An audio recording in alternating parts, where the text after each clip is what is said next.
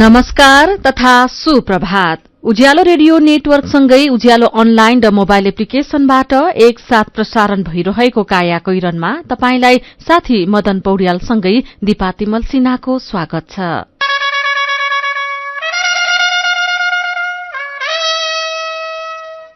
चुनाव 79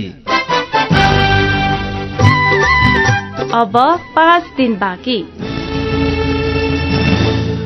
आज 2079 साल कार्तिक 29 गते मंगलबार मंगिर कृष्ण पक्षको सप्तमी तिथि सन् 2022 नोभेम्बर 15 तारिक।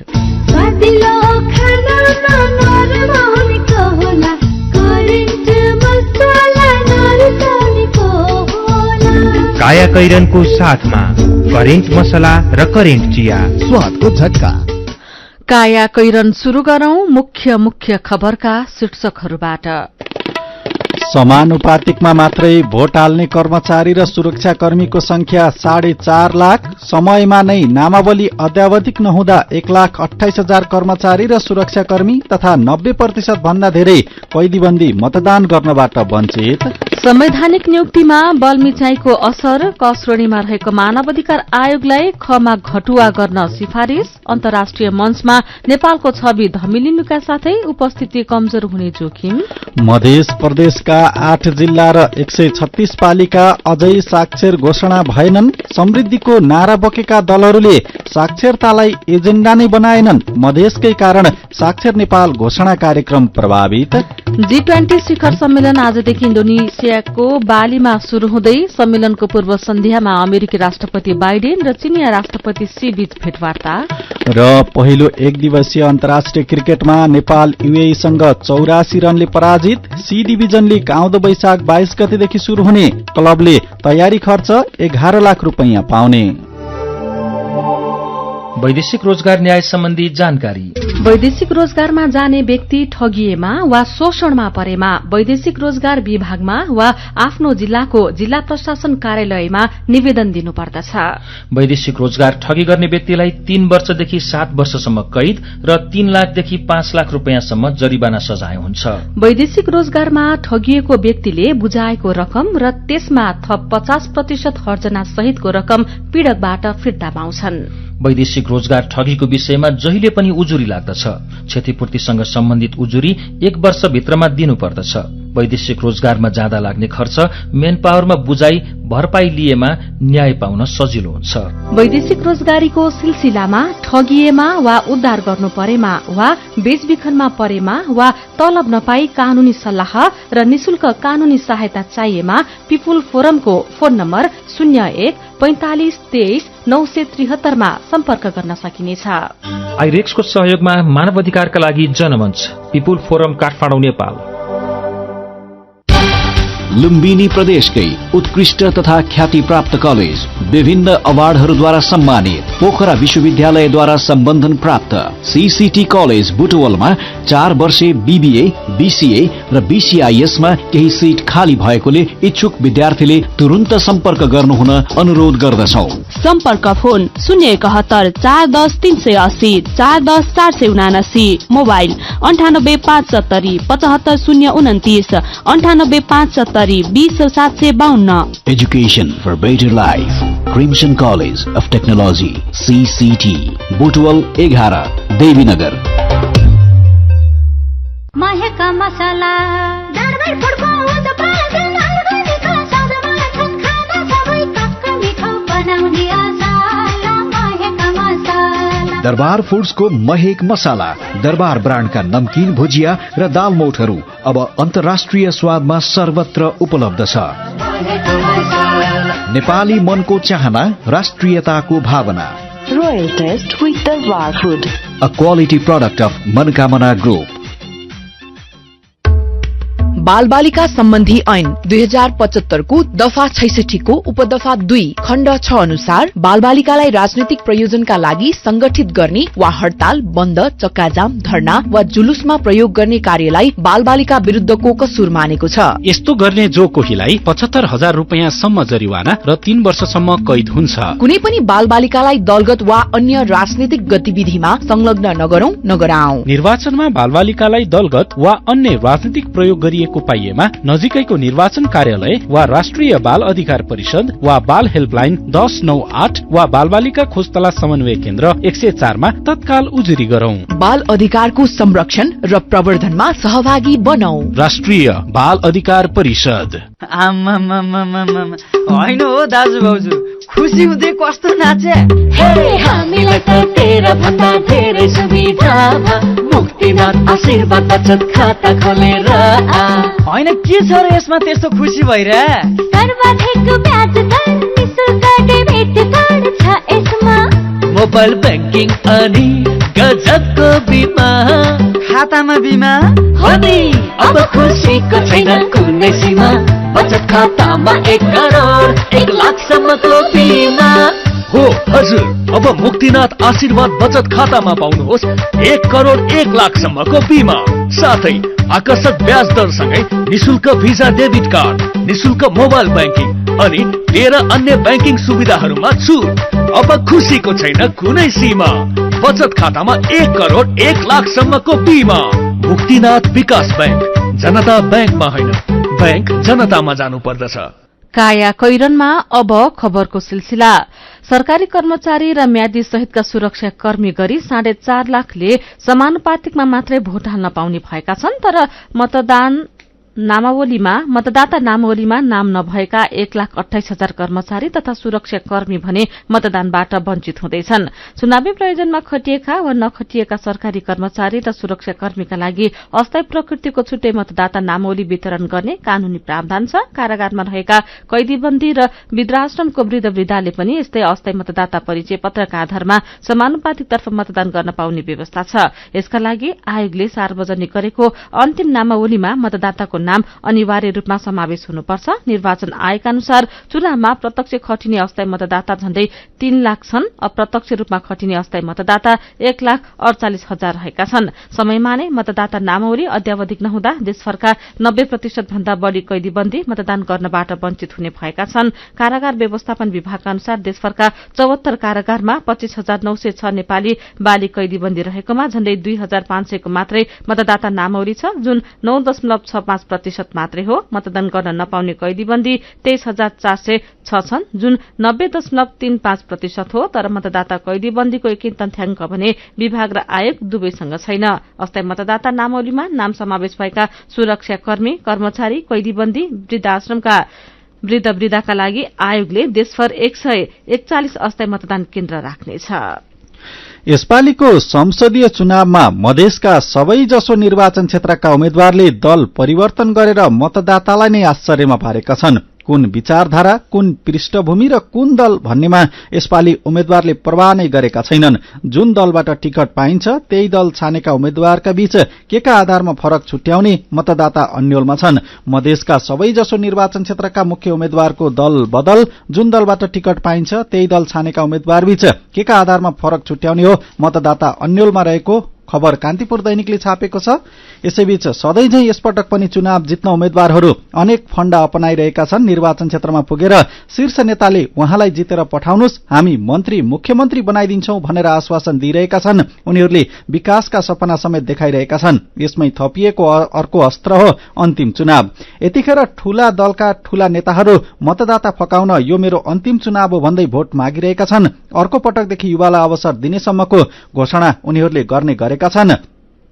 राजनीतिक विश्लेषक पुरञ्जन आचार्यले चुनावका बेला नेताहरूले यो मेरो अन्तिम चुनाव हो भन्दै भोट माग्नु मतदाता माझ गरिएको इमोसनल ब्ल्याकमेलिङ भएको बताउनुहुन्छ। अन्तिम चुनावको कार्ड शीर्षकको यो खबर नयाँ पत्रिका दैनिकले छापेको छ। संयुक्त राष्ट्रसंघ मानव अधिकार परिषदको सदस्यमा दोस्रो पल्ट निर्वाचित हुनु अघि सन् 2020 को अक्टोबरमा नेपालले भोट माग्ने क्रममा अरू सदस्य राष्ट्रसँग गरेको बलियो तर्क थियो हाम्रो मानव अधिकार आयोग क श्रेणीमा छ, किनभने यो पारदर्शी, स्वायत्त र स्वतन्त्र पनि छ। तर आयोगका पदाधिकारीहरूको नियुक्तिमा सरकारले अपनाएको अपारदर्शी र असंवैधानिक प्रक्रियाका कारण 2 वर्ष नबित्दै देशको छविमै प्रश्न उठ्ने गरी मानव अधिकार आयोग घटुवाको सिफारिशमा परेको छ।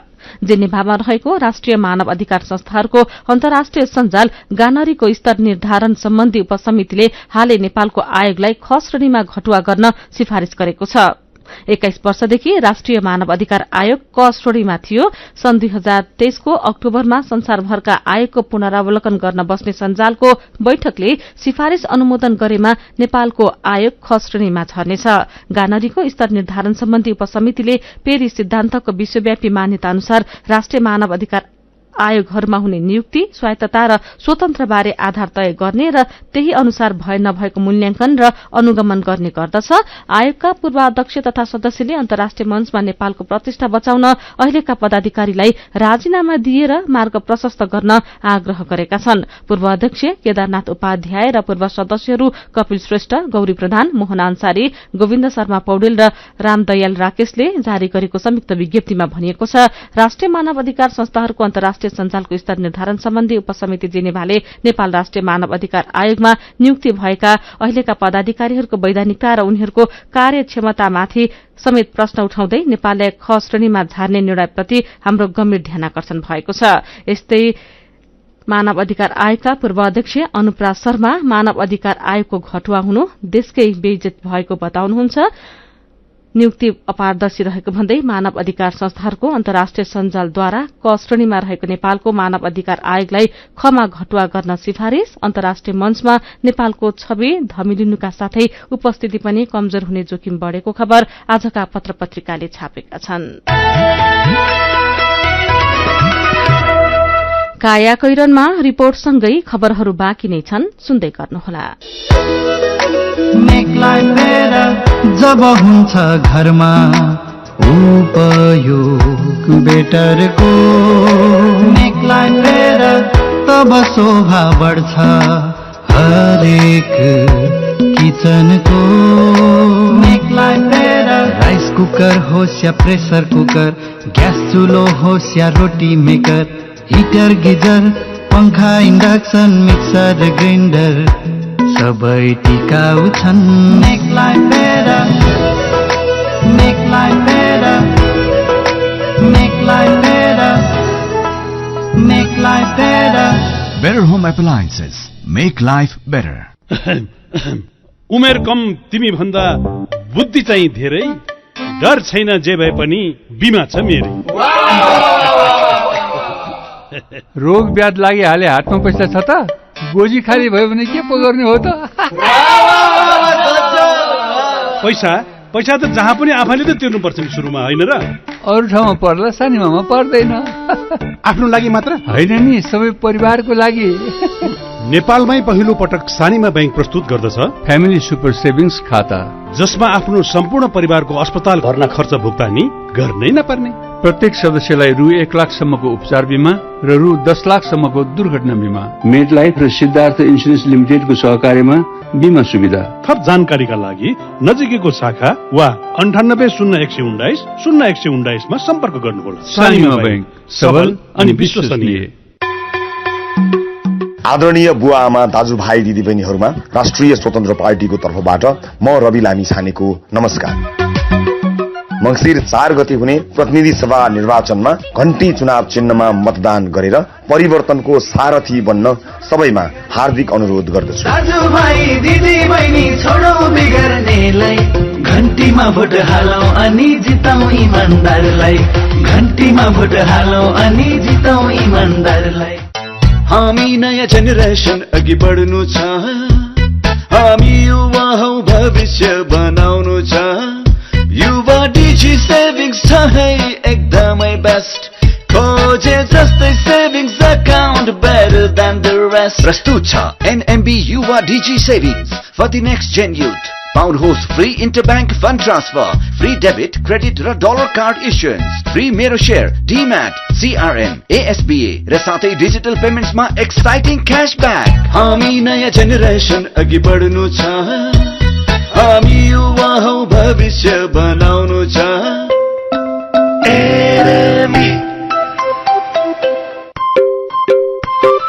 सुरक्षित र समृद्ध होस् जिन्दगीको सेरोफेरो, भोलिको लागि सोच्नु पर्ने कर्तव्य हो तिम्रो मेरो। दुःख हुन भोलिलाई बिमा गरौँ है, नेसनल लाइफ इन्सुरेन्समा बिमा गरौँ है। विगत 35 वर्षदेखि सञ्चालनरत नेपालकै पहिलो अग्रणी जीवन बीमा कम्पनी, नेपाल सरकारको पूर्ण स्वामित्व रहेको राष्ट्रिय वाणिज्य बैंक प्रवर्धक रहेको national life insurance company, Ajimpat, Kathmandu.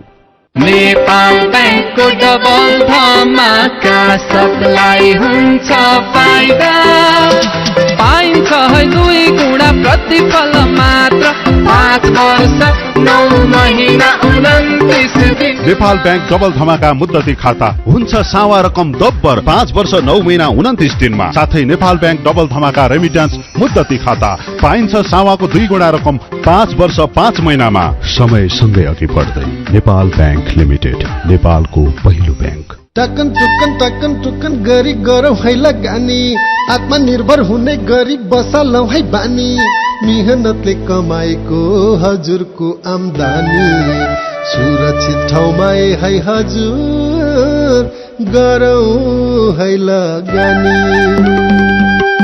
लगानी गर्न अनुभवी दक्ष व्यक्ति तथा है संस्था चाहिन्छ। यसरी मात्र गरेमा लगानी उच्च प्रतिफल है पाइन्छ। सानीमा क्यापिटलमा छन् है ए हजुर विज्ञ र दक्ष सबै जनशक्ति। सानीमा म्युचुअल फन्डमा लगानी गरी तनावैबाट पाउनु छै मुक्ति। अझै थप जानकारीको लागि सोध्नुहोस् हामीलाई, अझै थप जानकारीको लागि सोध्नुहोस् हामीलाई। हालै आवेदन खुलिरहेको सानीमा ग्रोथ फन्डमा मेरो शेयर तथा सियासबा सदस्य संस्थाहरूबाट लगानी गर्न सकिनेछ। लगानी गर्ने गरौँ बानी, सानीमा म्युचुअल फन्डलाई छानी। म्युचुअल फन्डमा गरिने लगानी जोखिममुक्त नहुने हुँदा लगानी गर्नु पूर्व विवरण पत्र राम्रोसँग अध्ययन गर्नुहोला। उज्यालो रेडियो नेटवर्कसँगै उज्यालो अनलाइन र मोबाइल एप्लिकेशनमा प्रसारण भइरहेको काया कैरनमा तपाईंलाई फेरि स्वागत छ। यतिन्जेल हामीले समानुपातिकमा मात्रै भोट हाल्ने कर्मचारी र सुरक्षाकर्मीको संख्या 4.5 लाख, 60 वर्ष कटेका उम्मेद्वारहरू आफ्नो अन्तिम चुनाव भन्दै भोट माग्दै उम्मेद्वार कुन दलका भन्ने अन्यल हुँदा मध्य प्रदेशका मतदाता कसलाई भोट हाल्ने भन्नेमा अलमलमा क श्रेणीमा रहेको मानव अधिकार आयोगलाई खमा घटुवा गर्न सिफारिश लगायतका खबर प्रस्तुत गर्यौं। अब बाँकी खबर। मंसिर 4 गते हुने प्रतिनिधि सभा प्रदेश सभा चुनावमा राजनैतिक दलहरूले देश विकास र समृद्धिको आश्वासन बाँड्दै मत मागिरहेका छन्। तर देश विकास र समृद्धिको आधार मानिएको शिक्षा र साक्षरतामा सबैभन्दा पछि परेको मध्य प्रदेशलाई साक्षर जिल्ला र साक्षर प्रदेश बनाउने बाचा गर्न सकेका छैनन्। प्रदेश 1 बागमती गण्डकी साक्षर घोषणा भइसकेका छन्, तर मध्य प्रदेशका 8 जिल्ला र 136 पालिका कुनै पनि साक्षर घोषणा भएका छैनन्। 2 वर्षभित्र निरक्षरता उन्मूलन गर्ने घोषणा सहित आर्थिक वर्ष 2065-66 मा शुरू भएको साक्षरता कार्यक्रम 14 वर्षसम्म पनि पूरा हुन सकेको छैन। झण्डै 1.5 दशकसम्म मध्य प्रदेशका एउटा पालिका पनि साक्षर घोषणा नभएर लज्जास्पद स्थिति हुँदा समेत त्यही क्रियाशील दल र तिनका नेता प्रदेशको विकास र समृद्धिको नारा दिन संकोच मानेका छैनन्। मध्य प्रदेशकै कारण साक्षर नेपाल घोषणा कार्यक्रम नै प्रभावित भएको छ। पार्टीका केन्द्रीय स्तरका घोषणापत्रमा शिक्षा र साक्षरताका मुद्दा उल्लेख गरे पनि जिल्लाका जनप्रतिनिधिले त्यसलाई ध्यान नदिएको शिक्षाका अधिकारीहरूको गुनासो रहेको खबर नयाँ पत्रिका दैनिकले छापेको छ। देश चुनावमय भएको छ। उम्मेद्वारहरू आफ्नो चुनावी एजेण्डा सहित मतदाताको मन रिजाउन घर दैलो गरिरहेका छन्। चुनावी घोषणापत्र सार्वजनिक गरेका दलहरूले अबका 5 वर्षमा देशभित्रै रोजगारी सृजना गर्ने, वैदेशिक रोजगारीलाई व्यवस्थित र सुरक्षित बनाउने कुरा गरिरहेका छन्। तर चुनाव जितेर गएपछि घोषणापत्रमा लेखिएका कुरा अहिलेसम्म कागजमै सीमित हुँदै आएका छन्। त्यसैले दलहरूले घोषणापत्रमा गरेका बाचा र प्रतिबद्धता पूरा होलान् भन्ने धेरैलाई विश्वास लागेको छैन। नागरिकले अविश्वास गरेका घोषणापत्र कार्यान्वयन गर्न दलहरूको योजना चाहिँ के छ त? सञ्जिता देवकोटाको रिपोर्ट। दलहरूको घोषणापत्रमा के मात्रै भनिएको छैन।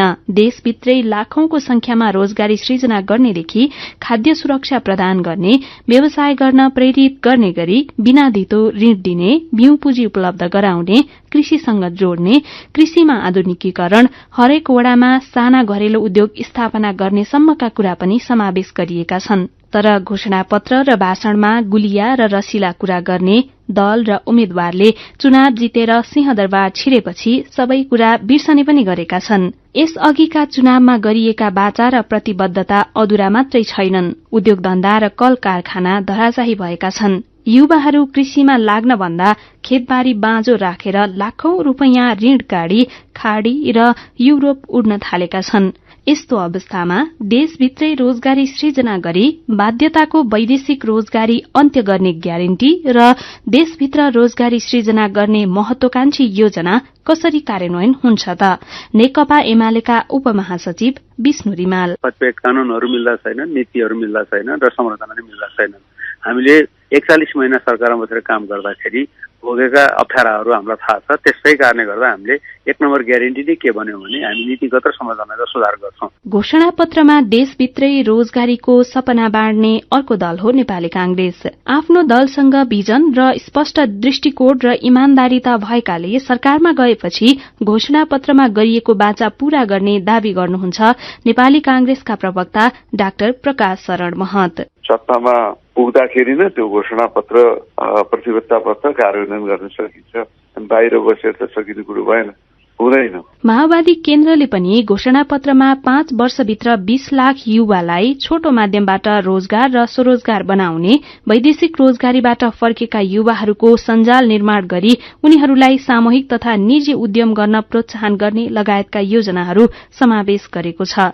संख्या नै तोकेर लाखौंलाई रोजगारी दिने कुरा माओवादी केन्द्रले कसरी पूरा गर्छ त? माओवादी केन्द्रका महासचिव देव गुरुङ। व्यवहारबाटै खण्डित गर्दै जाने कुरा हो, व्यवहार गरेर खण्डित गर्ने कुरा हो। त्यसो भएको हुनाले हामी जे भन्छौं त्यही व्यवहारमा गर्छौं, जे व्यवहारमा लागू गर्छौं त्यही कुरा भन्छौं। कारणले गर्दाखेरि राजनीतिमा नैतिक इमानदारीता भन्ने कुरा सबैभन्दा ठूलो कुरा हो। दलहरूले जति राम्रा कुरा गरे पनि उनीहरूको व्यवहार विश्वास लाग्दो छैन। रोजगारी सृजना गर्ने कुरा संख्यामा तोकेर भन्न जस्तो सहज कुरा पनि होइन। लोकसेवा आयोगले संख्या तोकेर रोजगारी खुलाए जस्तो अहिलेको अवस्थामा रोजगारी सृजना गर्न सहज छैन भन्नुहुन्छ त्रिभुवन विश्वविद्यालयको अर्थशास्त्र केन्द्रीय विभागका प्रमुख तथा प्राध्यापक डाक्टर शिव अधिकारी। रोजगारी सृजना गर्ने भनेको अरू एक्टिभिटीबाट चाहिँ बन्ने हो कि त्यसै चाहिँ के भन्दा रोजगारी चाहिँ त्यो ठ्याक्कै लोकसेवा आयोगले खोले जस्तो त्यस्तो रोजगारी होइन हामीलाई चाहिएको। दोस्रो रोजगारी भनिरहेका छौं, हामीले स्वरोजगारको कुरा चाहिँ एकदमै कम गरिरहेका छौं। काया कैरनमा मेरो पनि भन्नु छ र कार्टुनसँगै खबरको सिलसिला बाँकी नै छ, सुन्दै गर्नुहोला। एचआईभी का बारेमा खुलेर कुरा गरौं। सँगै बस्दा, खाँदा, पढ्दा र सँगै खेल्दा कुनै कीरा वा लामखुट्टेले टोक्दा एचआईभी सर्दैन। हात मिलाउँदा, अंकमाल गर्दा तथा चुम्बन गर्दा, एउटै चर्पी प्रयोग गर्दा र अरूको लुगा लगाउँदा एचआईभी सर्दैन। समयमै उपचार गरेमा एचआईभी संक्रमित पनि स्वस्थ व्यक्ति सरह बाँच्न सक्छन्। त्यसैले नियमित औषधिको सेवन गरौं र स्वस्थ जीवन बाँचौं। एचआईभी को औषधि एआरभी हरेक सरकारी अस्पतालमा निशुल्क पाइन्छ। एचआईभी संक्रमितहरू अरू भन्दा भिन्न होइनन् भन्ने कुरा बुझौं र समान व्यवहार गरौं। एचआईभी संक्रमितहरूमाथि हुने भेदभावको अन्त्य गरौं। Nepal youth foundation, 12+, Lumbini plus र मकवानपुर महिला समूह। खुशी छरिन्छ घरैभरि, साथ हिमस्टार सधैँभरि। विश्वासको छ नाता, सन्तुष्टिको छ वाचा, छ हिमस्टार जीवनभरि, छ हिमस्टार जीवनभरि। हरेक घरमा जब हुन्छ हिमस्टार, खुशियाली छाउँछ अपार। हिमस्टार, जसलाई म आफ्नो भन्न सक्छु। सबै शाखा सन्तान धन धान्यले भरिपूर्ण, बचत गर्न सधैँ लागोस् मन। ग्लोबल आइएमई धन वृष्टि मुद्दती योजना, न त जादु न हो सपना। हुन्छ 2 वर्षमा 3 गुणा। हजुर, ग्लोबल आयामी धनवृष्टि मुद्दती योजना निरन्तर बचत गर्ने बानीलाई प्रोत्साहन गर्दै प्रारम्भिक रकमको 10% त्रैमासिक रूपमा अन्तिम त्रैमास बाहेक जम्मा गर्दा प्रारम्भिक रकमको 2 गुणा 2 वर्षमै प्राप्त गर्न सकिने। ग्लोबल आयामी बैंक, सबैका लागि बैंक।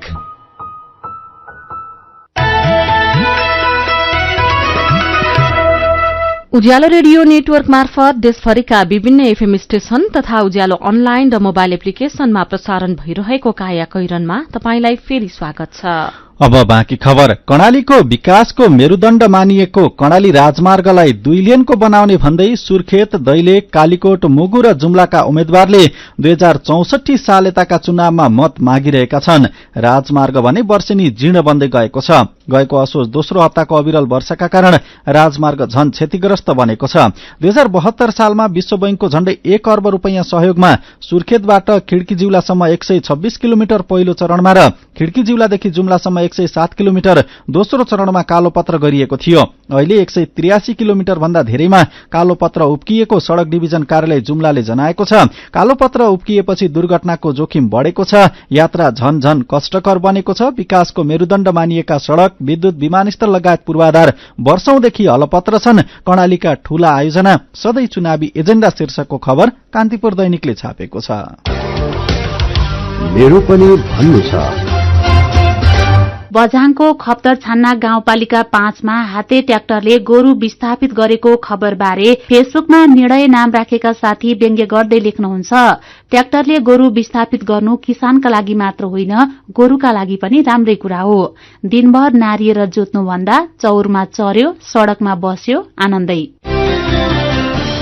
दाङको घोराई उपमहानगरपालिका नम्बर 18 घोरदौराका स्थानीयले आफूहरूलाई खानेपानी व्यवस्था गरिदिन उम्मेद्वारसँग माग गरेको खबरमा दुर्गा घिमिरे भन्नुहुन्छ, मौखिक रूपमा मात्र होइन, चुनाव जितेपछि पानी ल्याउँछु भनेर कागजी प्रतिबद्धता नै गर्न लगाउनुहोला।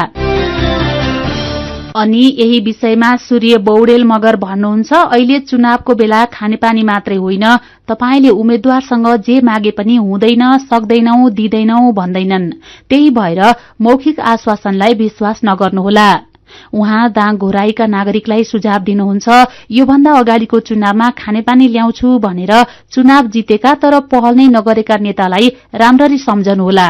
हामीले अन्धभक्त भएर कुनै पनि पार्टीलाई विश्वास गर्नुभन्दा सक्षम र योग्यलाई मतदान गरौं, अनि अर्को पटकदेखि कसैसँग पनि समस्या समाधान भएन भनेर पछुताउनु पर्ने छैन। विचारका लागि तपाईलाई धन्यवाद। मेरो पनि भन्नु छ। मेरो पनि भन्नु छ प्रस्तुत गर्दै हुनुहुन्थ्यो साथी जानुका दुवारी। काया कैरनमा अब विदेशको खबर। विश्वका ठूला र आर्थिक रूपमा उदाउँदै गरेका देशहरूको समूह G20 को शिखर सम्मेलन आजदेखि इण्डोनेसियाको बालीमा शुरू हुँदैछ। सम्मेलनमा भाग लिन विभिन्न देशका प्रमुख इण्डोनेसिया पुगेका छन्। आज र भोलि हुने G20 नेताहरूको शिखर सम्मेलनमा विश्वव्यापी स्वास्थ्य संरचना, दिगो ऊर्जा संक्रमण र डिजिटल रूपान्तरण गरी 3वटा मुख्य प्राथमिकताका विषयमा छलफल केन्द्रित हुनेछ। सम्मेलनमा रूसले युक्रेनमा गरेको आक्रमण, बढ़दो खाद्य सुरक्षा लगायतका विषयमा पनि छलफल हुनेछ। सम्मेलनको पूर्व सन्ध्यामा अमेरिकी राष्ट्रपति जो बाइडेन र चीनिया राष्ट्रपति सी जिनपिङ बीच भेटवार्ता समेत भएको छ। बालीमा 3 घण्टा लामो भएको भेटवार्तामा शीर्ष 2 नेताबीच द्वन्द टार्ने विषयमा छलफल भएको बीबीसीले जनाएको छ।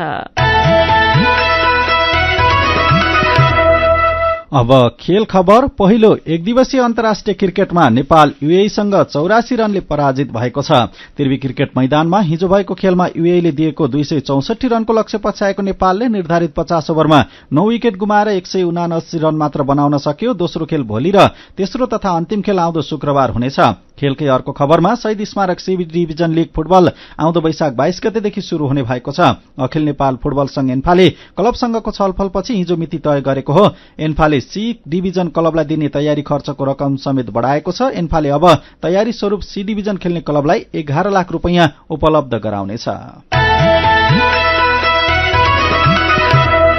अब केही खबर संक्षेपमा। नेपाल सरकारले शून्य लागतमा मौसमी कामदार पठाउने तयारी गरेको छ। पछिल्लो समयमा विभिन्न देशले नेपालबाट मौसमी कामदार लैजान थालेपछि सरकारले नीतिगत रूपमा नै व्यवस्था गर्ने तयारी गरेको हो। यसका लागि श्रम, रोजगार तथा सामाजिक सुरक्षा मन्त्रालयले मौसमी कामदार पठाउने सम्बन्धित निर्देशिका तयार गरी कानून मन्त्रालयमा पठाएको छ। मन्त्रालयको रायपछि थप प्रक्रिया अगाडि बढ़ाइने श्रम मन्त्रालयका उपसचिव एवं सहायक प्रवक्ता डाक्टर थानेश्वर भूषालले जानकारी दिनुभयो। प्रतिनिधि सभा उम्मेद्वार डाक्टर तोसीमा कार्की विरूद्ध निर्वाचन आयोगले दायर गरेको भ्याकेटमाथि सुनवाई गर्दै सर्वोच्च अदालतले विगतमा दिएको अन्तरिम आदेश निरन्तरता रहने आदेश सुनाएको छ। भ्रमण भत्तालाई लाभको पद मान्न नमिल्ने सर्वोच्चको निष्कर्ष छ।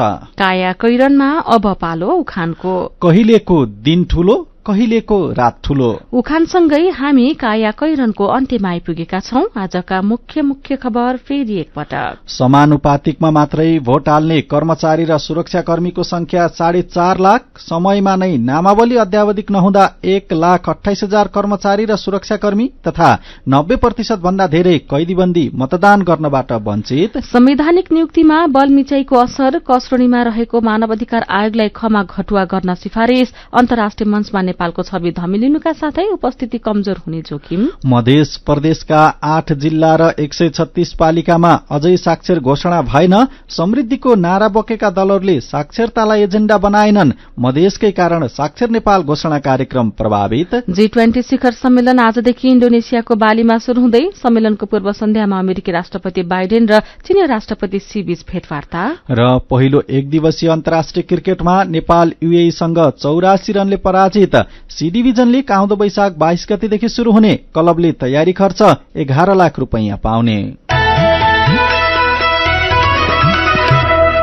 र अन्त्यमा आजको कार्टुन। आज हामीले चसक्क शीर्षकमा महेश बस्ताकोटीले बनाउनु भएको कार्टुन लिएका छौं। चुनाव निकै महँगो हुन थालेको छ। खर्च गर्ने प्रवृत्ति रोक्न सीमा तोके पनि त्यो कार्यान्वयन हुन सकेको छैन। कार्टुनमा एकजना नेता छन्। उनको हातमा ठूलो पोको छ। पोकोमा चुनावका लागि खर्च लेखिएको छ। नेताको अघिल्तिर अर्का एकजना आइपुग्छन्। नेता हत्त नपत्त त्यो पोको ढाड पछाडि लुकाउँछन् अनि पछाडिबाट कार्यकर्ताले त्यो पोको समातेर लैजाँदैछन्। आफूभन्दा अगाडि उभिएका व्यक्तिलाई अनि ती नेता भन्दैछन्, चुनाव साह्रै महँगो हुन थाले भने यसलाई नरोकी हुन्न। आजको काया कैरन सकिएको छ। उज्यालो मोबाइल र अनलाइनमा प्रसारण भइरहेका रेडियो र अनलाइनका सामग्री भाइबरमा पनि उपलब्ध छन्। काया कैरनबाट प्राविधिक साथी संघर्ष विष्टसँगै हामी पनि बिदा माग्छौं। आफ्नो ओडामा खटिएका प्रतिनिधि या नजिकको निर्वाचन कार्यालयबाट चुनावमा भोट हाल्ने सही तरिका थाहा पाइराख्न नबिर्सौं। नमस्कार।